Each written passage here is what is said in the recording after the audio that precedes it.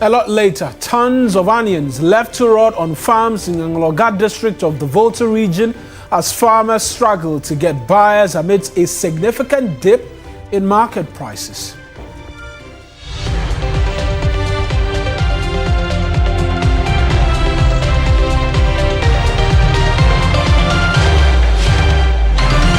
It's News Central here on TV3. I'm Kemini Amanor. And I am Mawuena Egbeta. The bulletin starts right now.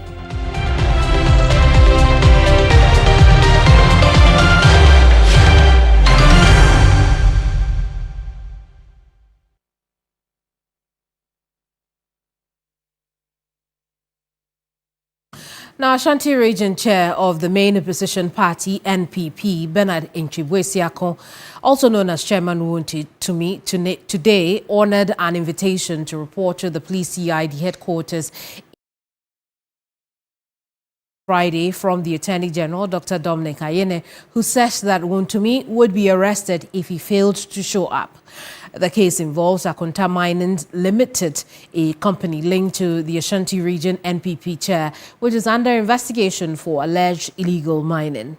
It is recalled that Director General of the Criminal Investigative Department, DCOP Lydia Yakot Donko, announced that investigations into the operations of Akonta Mines owned by Chairman Wontumi were ongoing. The CID boss said one other person had also been arrested in relation to the matter.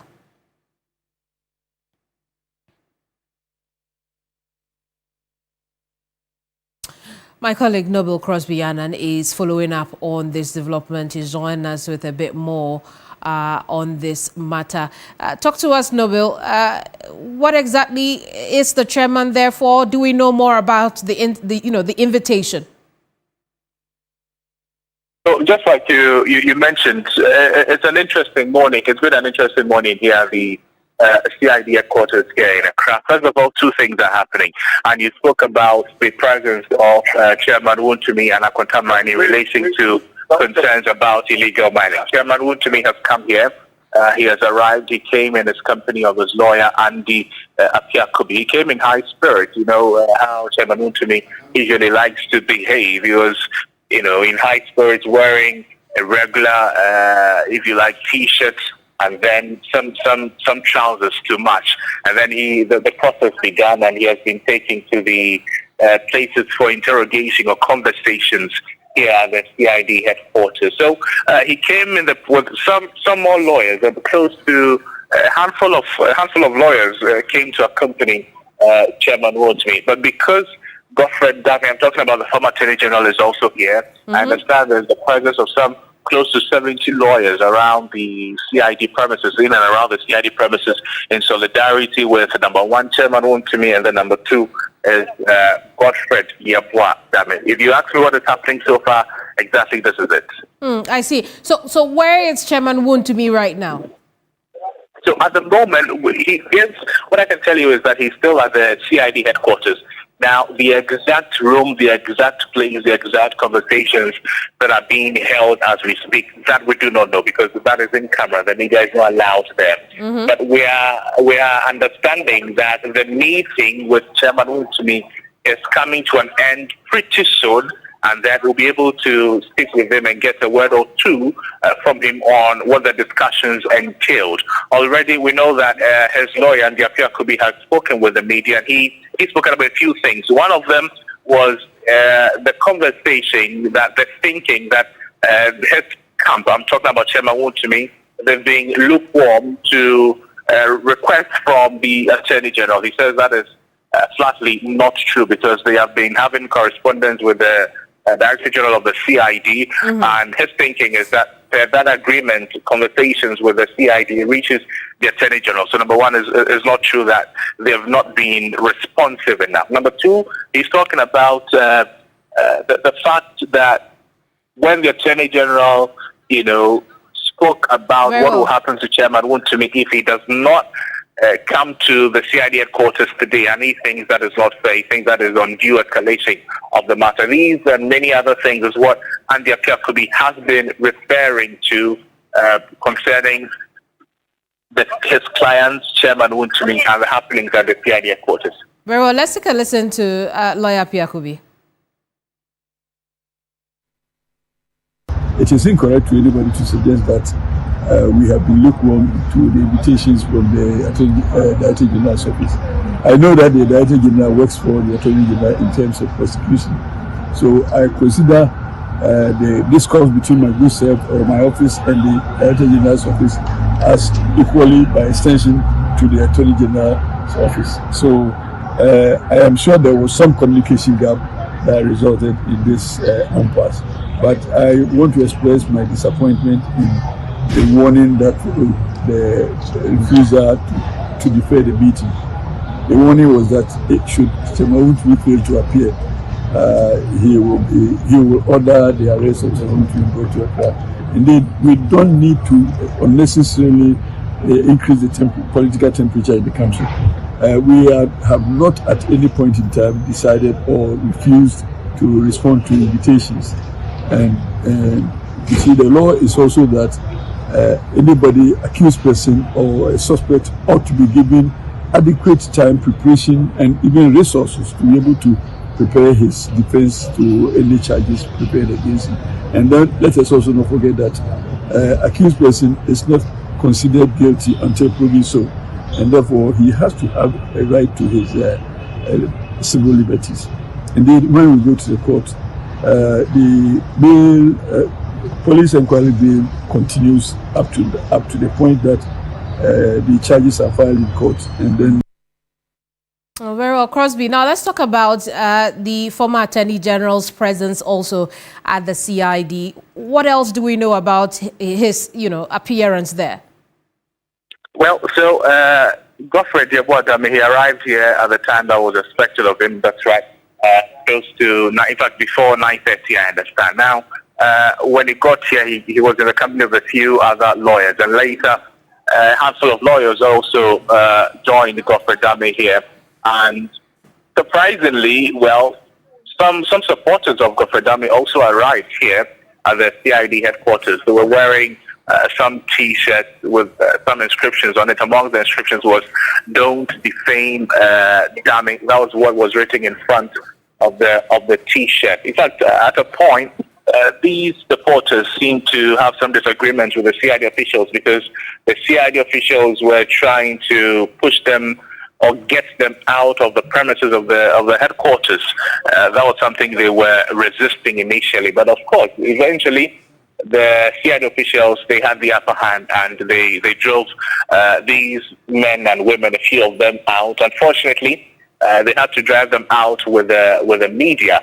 So Godfrey Dame, we understand, is here. We've seen him here. We know that he's here. He's also in one of the rooms of the CID headquarters. Interrogations or conversations are ongoing in relation to the petition that has been presented against him, and I'm talking about the petition from Richard Jaffa. What we also know is that meeting may also be coming to an end pretty shortly, and when it does, hopefully some engagement happen. And we get to know some things that happened in the meeting, Kemini. We look forward to that. Thank you so much, Crosby. Noble Crosby Annan is our correspondent at the police headquarters here in Accra. Let's move away from there, where the National Identification Authority has commenced the issuance and collection of Ghana cards for Ghanaians aged 6 to 14 years who've already registered. According to the NI, the issuance of the card will take place at designated registration points, specifically the schools where the children were originally registered, beginning with 56 districts nationwide, with the remaining districts scheduled to follow in the coming days. My colleague George Queenin is following up on this distribution exercise. Let's find out what the process has been like and whether or not indeed these children are receiving these cards. And we'll connect with him right now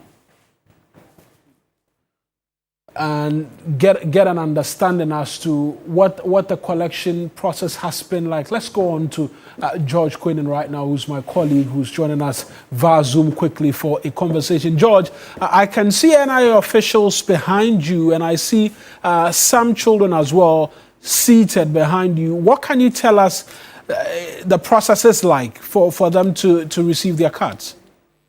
Thank you so much, Mawuena. So this is the La Bethel and Salem cluster of schools at La, the Nicotopon constituency. And originally, they were supposed to start at 8 a.m., but because they had to do the setup and all that, it took them a while for them to actually do the setup. So as at 12:05, 5 cards have been issued, according to the NIA official. So these are students here who are also coming for their Ghana cards. And they actually registered. This was the official place that they registered. And before I talk to the NIA official, let me just get that excitement from these students, how they feel trying to get a Ghana card. Ghana card has become like a prestige. You told me earlier on. So how does it feel that you're going to be in possession of a Ghana card? How's the feeling like? No, you were talking loudly when I spoke before this. So please give it that bit on TV. You are live on TV. So you're going to get a Ghana card. You're going to own one. How does it feel? I feel happy that I'll get a Ghana card because I have it's like a mobile phone. You have what? Tablet. Okay, tablet. Okay. If I get a Ghana card, I can go and register a SIM and search my homeworks. Oh, so that means you're going to use the tablet for educational purposes. Yes. And not for any other stuff. Please. And you too, how does it feel? You're going to own a Ghana card. How's it feel like? I'm excited to finally have a Ghana card. Mm-hmm. I'm happy that I'm getting my own Ghana card. That I don't need to get my own SIM from my father's so I can have my SIM with my own name and all the Gmail. A friend of yours that I asked, he said he did the registration when he was in classes, but now he's in Form 1. So when did you do your registration? That's it. So and you are also in Form 1? Yes. So the wait was like a year. Right? So they have to wait for a year to get their Ghana card, and it's actually happening now. So let's engage the NIA official. But I see you are actually, working very hard. But you told me that 5 cards have so far been issued. You have a lot of them here. How many cards do you want to issue in a day, on a daily basis? In a day. And you've done 5 so far. It's almost 1 o'clock. Is it possible? That's what I was saying. They come here. Okay. So fast very Early. Okay. The only child was claiming some tasks in the office. Okay. Sure. Makes sense. But how is the process so far? How is the cooperation from the students so far? Okay. So the NIA official is confident that on a daily basis they'll be able to issue 100 cards to these students, and cooperation from the students are actually on a positive note. So these are some of the cards that is going through them, and the machines are also active. There's no complaint of any hitches in terms of machinery, and so more than 350,000 cards of these minors aged between 6 and 14 will have their cards issued to them from the NIA. And we also went to the Registered General's Department, and according to the officials there, they actually are not having this exercise today. They are actually taking today to do the setup, and it will actually take place at the Sakiteria, the first cluster of schools around the Accra city area. And so that is where they will also be. But other places, of course, other centers are having these cards issued to them. So 56 centers across the country, Mawuena. Then George, thank you very much for those details. That's my colleague George Quinn. Let's get over to the other Zoom right now and speak to William Sampoma Dallas. He is the head of corporate affairs for the National Identification Authority. He's joining us on the other Zoom, like I mentioned, to just touch base and round up this conversation properly. Dallas, thank you as well for joining us this afternoon. I mean, let's start off with the 56 initial districts. Is this to suggest it's a pilot phase? What informed the decision to go with 56?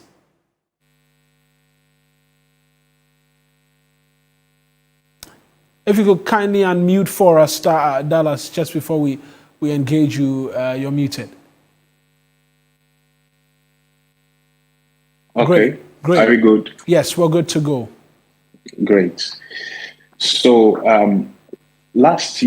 sometime last year, the authority began the registration of case between the ages of 6 and 14 in about 168 districts. The registration suffered some technical glitches, and so they had to put it on hold. As at the time it was put on hold, the authority had registered about 377,000 plus. Now, when the new management took over, we decided that before we commence or resume the registration, we will have to clear the backlogs. And so as I speak with you, we have printed all the over 377,000 cards. Today, the 6th day of October, which is a Monday, is the day we've earmarked to, as it were, begin with the issuance of the cards to the kids. And so as I speak with you, our officers are at the various designated centers issuing the cards to the kids.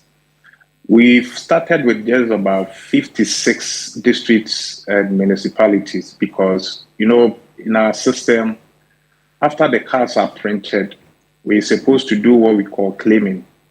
It's basically taking records of the cards in the various districts.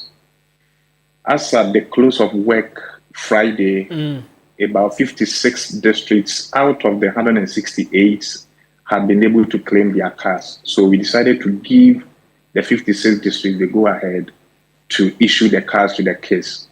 As and when the other districts complete their claiming, we will allow them to also move to the schools to issue the cards. Right. And just on how long this exercise is supposed to go, you mentioned over 300,000 cards. What's the estimated time with which you're expecting to have these cards distributed to the kids? Because we understand for every day there has to be 100 cards taken, but as of now, from where my colleague has been, just about 5 have been taken or collected. Great. So we ended the exercise in the first week of December. And so we have quite a number of weeks to complete this exercise. And it's typical of issuers, especially today being the first day. We anticipated it, that the turnout will be a bit low. But I can assure you by close of day, we will get more people going to the centers to pick their cards. We also anticipated that because these kids were registered last year, it's obvious some of them have even changed schools. And so after the issuance, all the unclaimed or on the unissued cards will be sent to our various district offices for parents and kids to go and get them issued. Quickly on what happens for persons or the children who might have missed the initial registration. Do they get another opportunity? Great. So next year, we're going to continue with the registration. And this time around, we've learned from the glitches of the past. And so we are going to do instant issuance. Once we register the kid, we issue the card instantly so that we wouldn't have to come back, print records, go back to engage before issuance is done. Right then, thank you very much. That's William Amponsa Dallas speaking to us this afternoon. He's Head of Corporate Communications at the National Identification Authority, speaking to us. Let's take you to the Volta region now, where tons of onions are left to rot on farms in the Anloga district as farmers struggle to get buyers amidst a significant dip in market prices.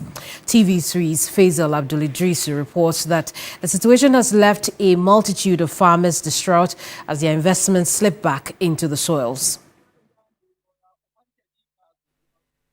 A large number of farmers in the Anloga district cultivate onions, a major preoccupation that has served as a sustainable livelihood support for local families for many years. From May to September, farmers in Tegbi and Agbedrafo areas till hundreds of acres of farmland for the cultivation of varieties of onion, particularly Boko red onions. Now it's time for harvest, but the farmers are struggling to get market for their produce, resulting in huge losses. In the market, so the thing they there. So how the thing doesn't, they're not buying the market. How they will come to the farm and buy it. The thing that I've lost now is, let's say in a kilo is 22,500 in a kilo. Yeah, that is when we bag it will go like 150 bucks. And before is 2,000 and then 1,007 that way. But now there is 400 cities per bag. On the farms, tons of onions are left to rot, affecting everyone along the value chain. Me no from like but the she let me play. Me fi drani. Let me dre. Me pokwen's flam me like a foyer man.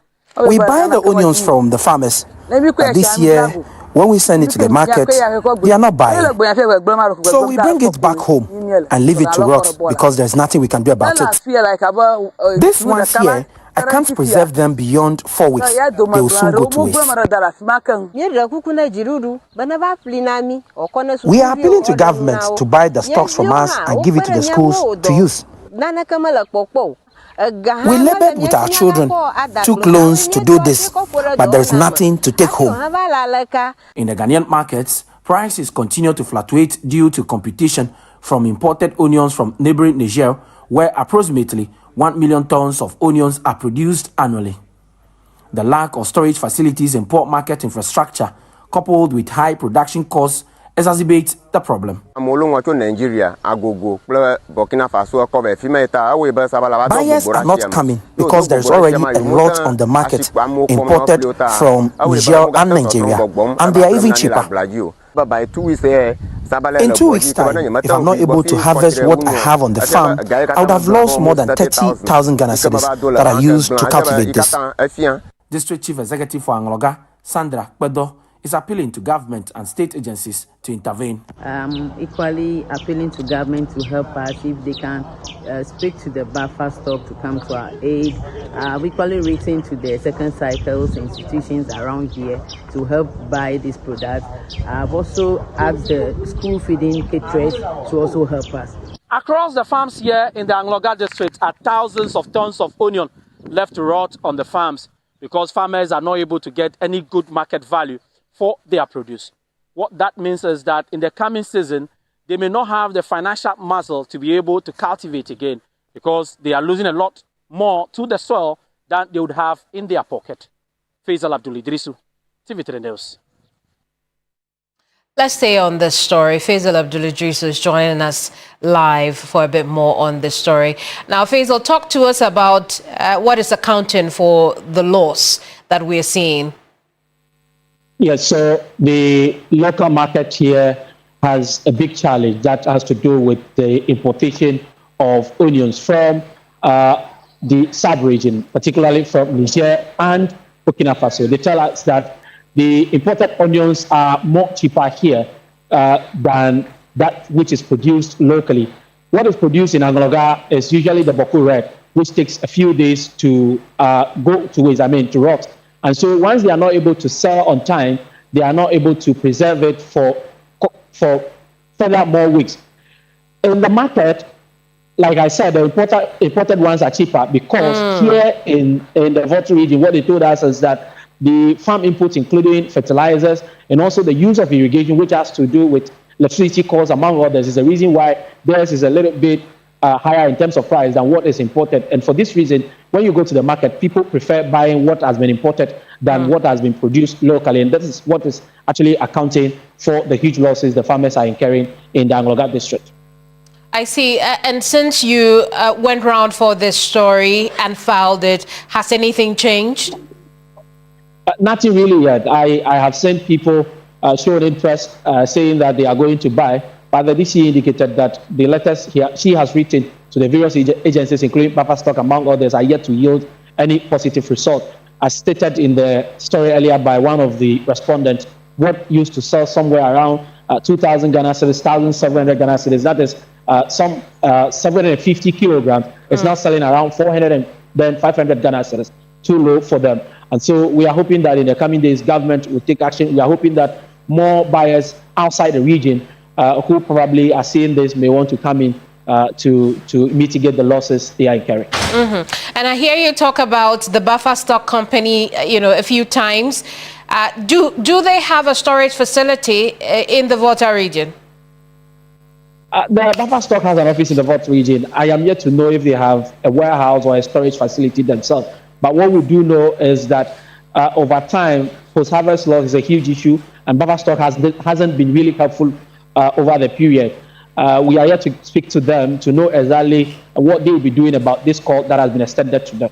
Once I get that, I'm sure our viewing public will have an update on that. Absolutely. We'll see how that plays out in the coming days. Faisal Abdul-Idrisu is our Volta region correspondent who's just been telling us about the glut of onions in that region.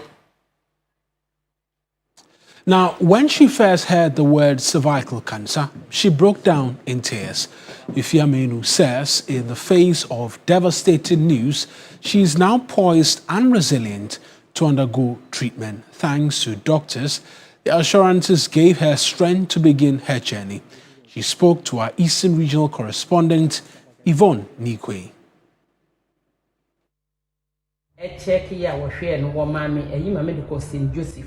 After the doctors made me go through a number of tests, I was referred to the St. Joseph Hospital.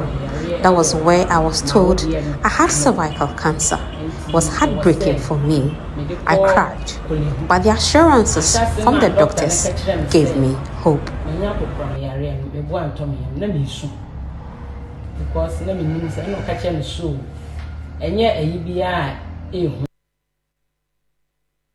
Let's connect with my colleague Yvonne Nikwe, who has been finding out a bit more in terms of what is expected to happen in the treatment. Yvonne, thank you very much for joining us. How ready is the Eastern Regional Ghana Health Service? We know they are beginning a rollout of HPV vaccine medication, amongst many other things. Talk to us about that. Well, Mawuena, the Ghana Health Service here in the Eastern Region says we're fully prepared to roll out the vaccine exercise, which would begin tomorrow. Now the Deputy Director of Public Health in charge, Dr. Moses Dimache, says that it's fully trained its health personnel. It has gotten all the logistics in terms of the vaccine and everything needed for the exercise. For the Eastern Region, it's targeting over 200,000 young adolescents between the ages of 9 and 14. But two things we acknowledge that they have to overcome. Getting parents of these young adolescents to understand the need to get the vaccine, and then the target group themselves opening up to take the vaccine to ensure that they are having a higher uptake of the vaccine tomorrow. Again, he does agree that there are issues of stigma they would have to deal with as the exercise rolls on tomorrow. For the cases as Kemini was saying, he said that these health centers from the chief centers, district centers, and the regional centers, they have placed all their health personnel on the alert, like that when these symptoms are seen from 5 aged women, they'll be able to quickly detect it and then address it quickly. Let's hear him speak to us. Right.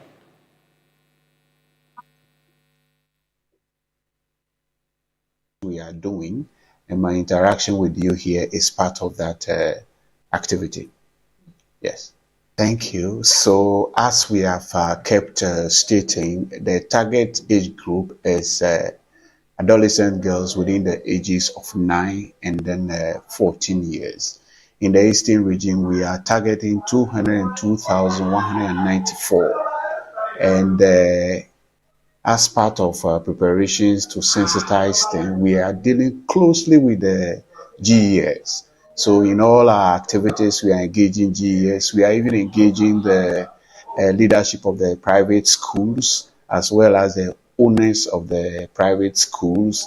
And there are plans to also engage the PTAs, because unlike vaccination of the very young ones, the under 5s, this one is for target population that are quite old. So we need to sensitize both the adolescent girls as well as their parents. So we seem to have much more work to do.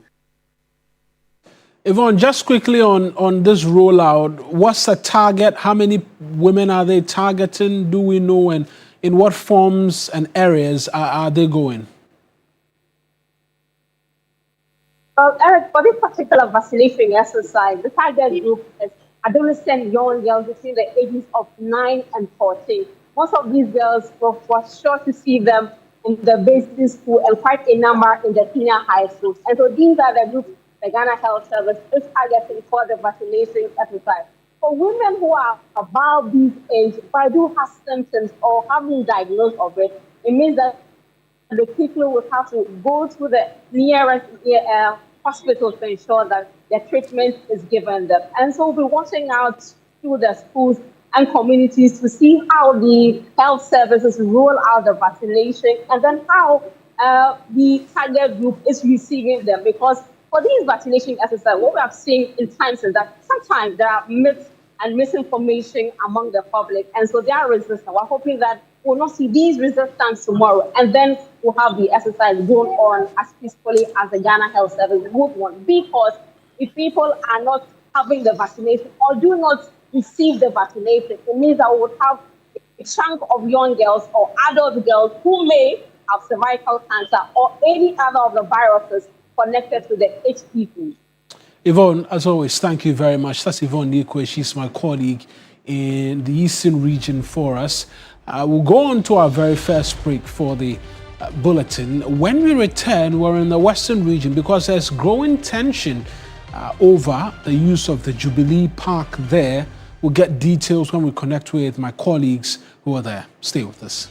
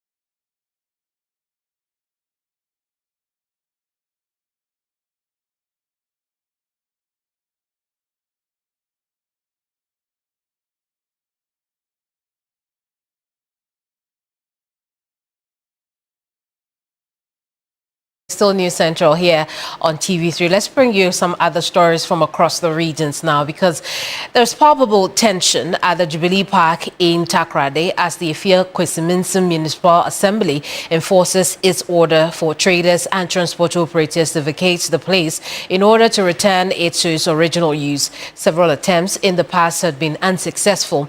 While the transport operators have taken a court action, the traders continue to plead for extension of time.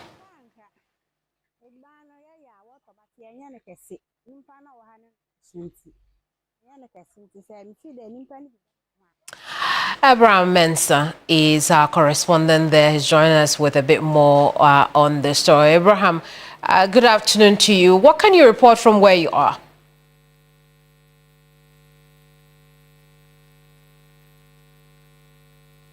Abraham, you'd have to unmute so we can hear you. Right, go ahead. Tell us where you are and what you can report from there. See, I'm currently at the Raman Transport Services Terminal at the Jubilee, around the Jubilee Park, popularly known as Ajit. So, apparently this is coming as a result of some action taken by the Efia Kwesiminsim Municipal Assembly to evict traders from the Jubilee Park, along with the transport operators here in Takoradi. Notices were served in October. That today, the transport terminal will be closed. As you can see behind me are concrete barriers, concrete track barriers that will be mounted, closing out the entire terminal. And this is not deterring any transport operators from doing their business. On the shoulders of the road, you can see various commercial vehicles loading currently. You can see them busily, their conductors busily calling passengers to board the buses along the road. So there is some military presence. There are police all around this place. Nothing seems to stop them from conducting their business. Abraham, I'm afraid we'll have to end our conversation here due to the poor audio. But thank you so much for the reporting. Abraham Mensah is our Western Region correspondent. Now, weeks after a TV3 reports, the Asokwa and Kumasi Metropolitan Assemblies have joined forces to tackle a dangerous blockade of plastic waste and refuse clogging a key drainage system along the Asokwa interchange to Ahojo Runabout Road. The intervention is a critical move to solve persistent sanitation menace and combat the perennial flooding that plagues major streets in the area. The operation aims to restore the drainage system's capacity ahead of the rainy season to prevent future overflows. So what's being done to ensure this doesn't happen again? Let's connect right now with Ibrahim Abubakar, who's live on the grounds where you're seeing videos of plastic waste in such enormous volumes and quantities being moved from the drainage system. Ibrahim, talk to us. You're at the scene. What's the scale? We've been seeing visuals of it, but talk to us about the scale of waste being removed to start off with. And then we ask the question, what is being done to prevent this from happening again?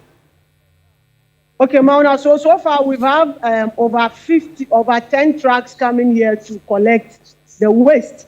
And that should tell you the volume of the waste here. And still, the excavators are still working, trying to clear everything. So currently, after hours of work, this is the current state of the drainage. So you can see one excavator behind me, another one is also in front of me working. And this situation has persisted for several months. We recall on September 8th when we came here to do the story, and the regional minister gave the assurance that they will try everything possible to clear all the waste. So it had to take them over 3 weeks for them to be able to come out with that engineering work. So they are clearing everything to be moved to the dumping site. It has come as a sigh of relief for most residents here, because they said anytime it rains, you have to see spillover of the water on the roads and also in their homes. And mosquito, or I would say malaria,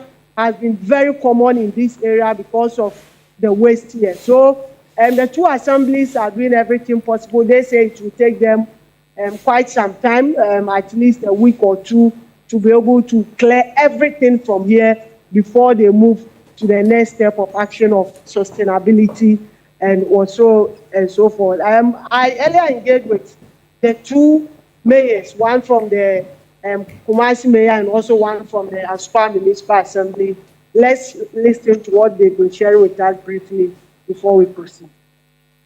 We want to deal with the field first and then stop the spillages, if any, from getting to this side, because I had a wukum banza ema yenya ekono beautification no eye. Here we are. Yebepe kwanya yebefa so in the long term. Yebenya an engineering means to stop the waste from flowing to this end. We say insuo to no be a fenra no atuagu gatema. It's a thing of the past. But be on minor drew no. We 2 cities kekema bobo ya obetima se senra na kwa ma. Any age na ha for the past 2 weeks. And then I pray how we engineering works. For the next 2 weeks. Yeah, the back clear we name senior. Right, Ibrahim, let's talk reaction from residents and what the way forward is. We've heard the Kumasi mayor speak to finding ways of engineering to prevent this from happening. But talk to me first about the reaction of residents to this work being done and then perhaps a look ahead into the future. So, Mauna, for the residents, especially those who are living very close to this drainage, they are excited because, like I said, they have been complaining of frequent malaria because of the nature of the drainage, breeding mosquitoes, and so on and so forth. So they are excited, and even those who are even driving along this stretch have also been complaining, and they are also excited that this action has been taken. But they are also looking at sustainability, how we can sustain this operation so that in the next few months we wouldn't be seeing the kind of waste that we saw here. And for the assembly, they are saying it will be in twofold. For the first phase, they are starting with education because, mind you, this waste are not being generated by even residents around. It is from Asafo and other areas to this place. So they are starting the education there. Then after education, the thing that will follow will have to be enforcement. They will make sure the sanitation guards are also always monitoring whoever is found dropping waste in the drainage will be arrested and be sent to the sanitation court for prosecution. So those are the steps that they are taking because they are sinking thousands of Ghana cedis just so they will be able to make the place serene for the people around. Right then, Ibrahim, thank you very much for the details. That's my colleague Ibrahim Abubakar speaking to us this afternoon. Now, a month ago, PBC Shea in Bwepe officially resumed operations after a prolonged shutdown since 2019, with management expressing optimism for job creation and adding value to Ghana's shea industry. The reopening aligns with the government's 24-hour economic policy and aims to create jobs for women and young people. The relaunch has highlighted concerns about a potential raw material shortage and prompted calls for a ban on raw shea nut exports to ensure a consistent supply for the factory and promote domestic value addition.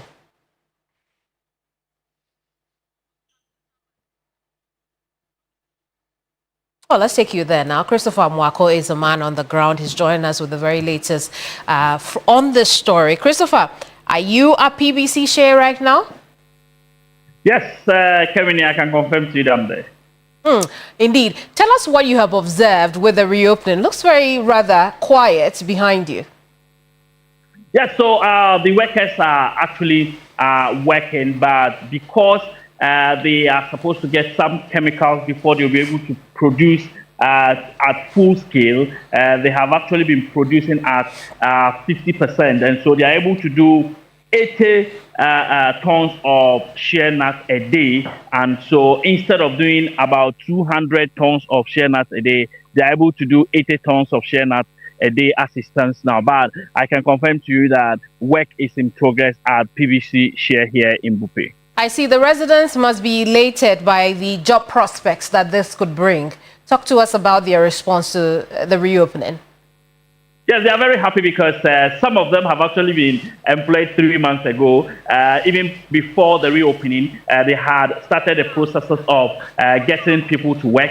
Those who had lost their jobs as a result of the closure of the factory since 2019, most of them have been brought back to the factory to work, and so they are very happy that work has commenced, and they hope that it will be sustainable going forward, so that their source of livelihood will be assured. Others are also saying that once the factory is going to operate 24 hours, they are hoping that they will also be engaged to also do other things at the factory. Let's take a listen to what some of the people who have been employed there have been telling me. I started working here around 2012, and we've worked up to 2019, and it seems there was some breakages of the work. We stopped for some time. We stopped from there up to 2005. From the time we were working, things were moving on well for all the staffs. Some were able to marry, some build, some establish businesses. And from the time the work shut down, in fact, there was some difficulties among the staffs, especially those who were permanent workers. The permanent workers were not maybe allowed to go to somewhere to work because your mind is that anytime you can be called. And so we remain in that condition for some time until after the election 2025, we resume work again. And there is a hope seeing what is happening and the type of leadership they brought. With their actions, we are seeing that the work actually is going to start with volume. I've been here like 3 months now, and then I've applied to so many places, but thank God PVC is able to pick me as a cleaner, and I'm very happy to be one of the cleaners here. I'll be able to help my siblings, like the younger ones.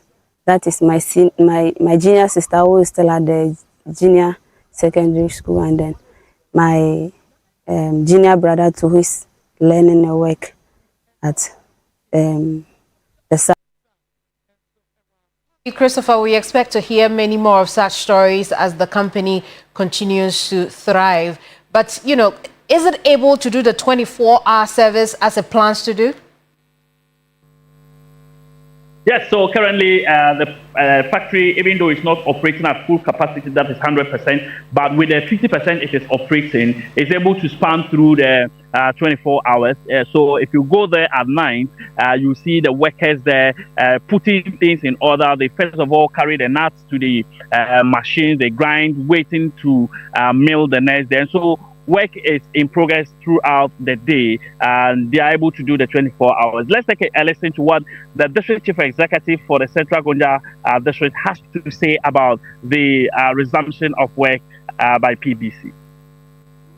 For the transformer to come and transform PVC for them to get the jobs. So I have hope and confidence that once they get themselves over there to work, they will do the best and get the best out of PVC.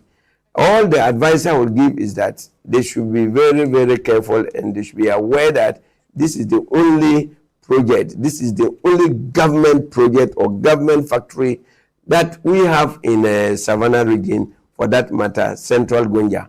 So we should be very careful when we are dealing with this product. Sometimes small stealing and other things, unlawful taking of money and other things will grant it, because this project is going to operate, feed itself and pay the workers. So once it is operational and the workers there are faithful and enough to do what is expected of them, they can pay themselves and generate profit and develop the country as we. And Christopher, in terms of getting raw materials for the factory, what do they plan to do to replenish the trees as they bear fruit and they use those? Yes, so the District Chief Executive has just informed me during that interview that they have gazetted some laws, bylaws of the Assembly, indicating that if you cut down one shea tree, you are going to replant about 10 to 20 shea trees. They are also in talks with the traditional authorities and other stakeholders to ensure that the shea tree is protected. Now, quite apart from that, you know that charcoal burning and felling of trees is very rampant in the Savannah region, and so this is the reason why this call or this laws are to be adhered to, so that it will prevent other people from felling these trees. Now, apart from this, Kemini, the Assembly is also ensuring that, you know, government has placed a ban on the exportation of shea nuts, and so they are hoping that the borders will be protected so that the raw materials in the communities can feed the factory to be able to remain operational. Christopher, nice talking to you. Thank you so much for the report. And Christopher Mwako is our Savannah region correspondent. Now, the Bono Regional Police Command has tightened security in Sampa after a police officer was killed on Sunday. Gunmen wearing masks reportedly stormed Sampa in the Bono region on Sunday afternoon, opening fire in part of the township during a violent clash between rival groups. A policeman was hit and reportedly died. According to sources, the police officer was in pursuit of some people believed to be engaged in suspicious activities in the township.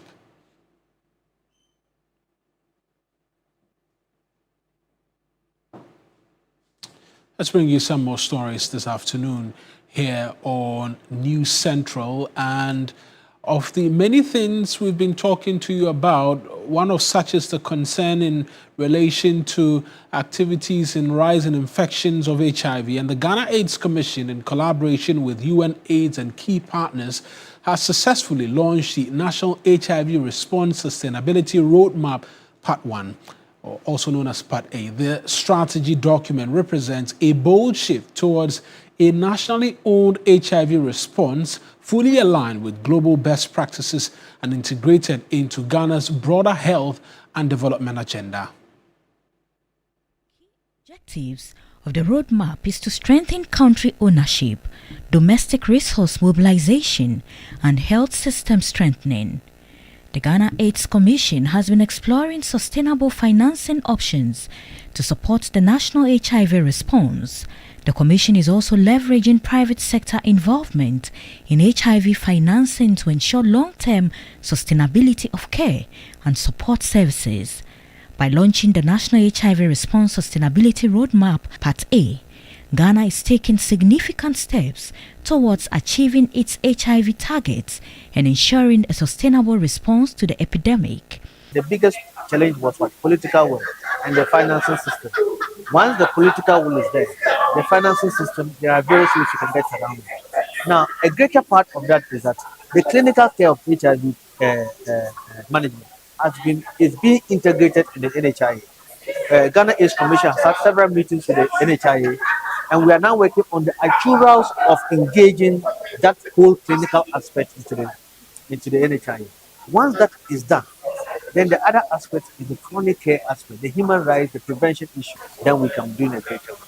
The Minister for Gender, Children and Social Protection, Dr. Agnes Namumulati, said the roadmap is a clear signal that the government is taking full responsibility for financing and sustaining HIV programs. We need to look at the issue of sustainability seriously, especially sustainable financing of our health sector, especially HIV/AIDS in Ghana.